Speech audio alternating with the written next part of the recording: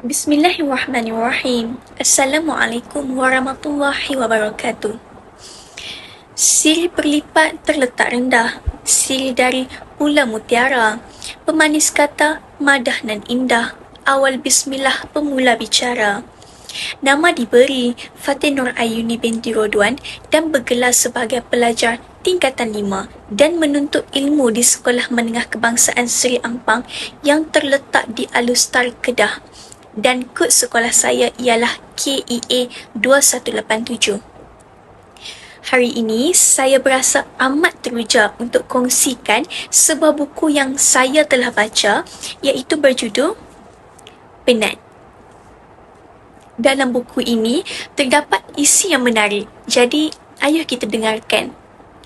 Buku ini telah dikarang oleh Dr. Alizi Alias yang dikenali sebagai seorang konsultan psikologi organisasi yang aktif menyampaikan advokasi berkaitan kesihatan mental. Buku terbitan Imam Publication ini telah diterbitkan pada Oktober 2022. Harganya pula cuma RM30 sahaja jika didapati di Semenanjung Malaysia. Manakala jika di Sabah dan Sarawak pula, buku ini berharga RM33. Harga yang ditawarkan amatlah berpatutan serta mampu dimiliki oleh pelajar seperti saya. Di dalam buku ini, banyak nasihat yang telah diberikan tentang penjagaan kesihatan mental. Masalah kesihatan mental serta tekanan emosi antara isu kesihatan awam yang menjadi semakin membimbangkan, terutamanya selepas pandemik COVID-19. Masalah kesihatan mental ini tidak kira umur sebenarnya. Bagi seorang remaja, mungkin dia tertekan kerana ibu bapa lebih banyak menitik beratkan soal pencapaian akademik dan kecemerlangan akademik. Manakala bagi seorang pekerja pula, mungkin dia tertekan dengan majikannya dan kerjanya yang bertimbun-timbun. Jadi, sudah terang lagi bersuluh bahawa setiap orang itu mempunyai masalahnya masing-masing, sehingga masalah itu membuatkan mereka tertekan.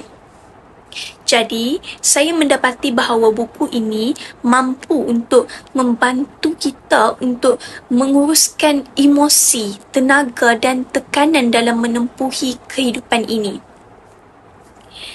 Jadi, terdapat beberapa pengajaran yang berjaya menjentik hati saya dan dapat disimpulkan kepada 3 indikator.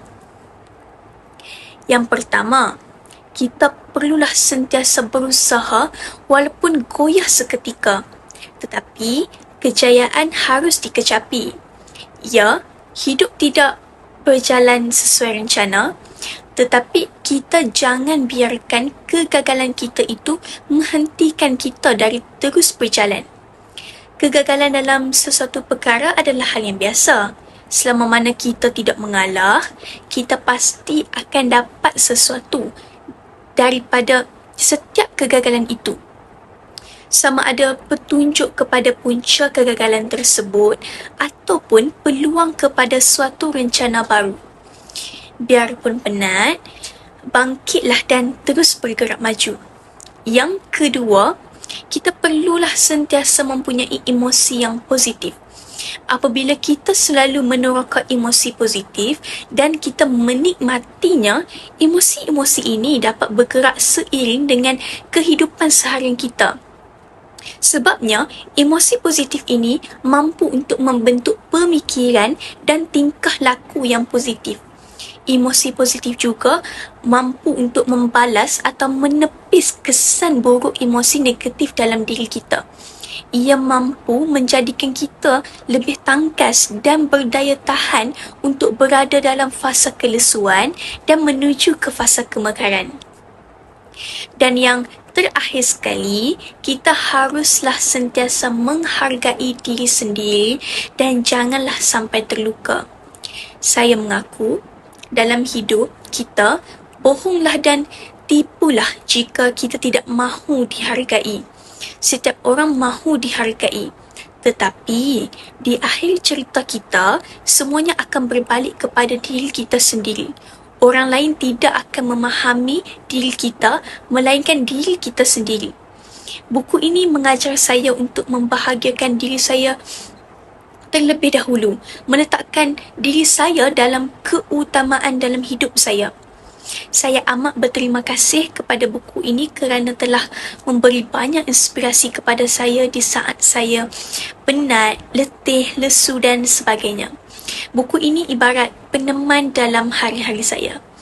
Akhir kata, nadi ilmu amalan membaca. Sekian saya sudahi dengan kalimah wabillahi taufiq wal hidayah. Wassalamualaikum warahmatullahi wabarakatuh.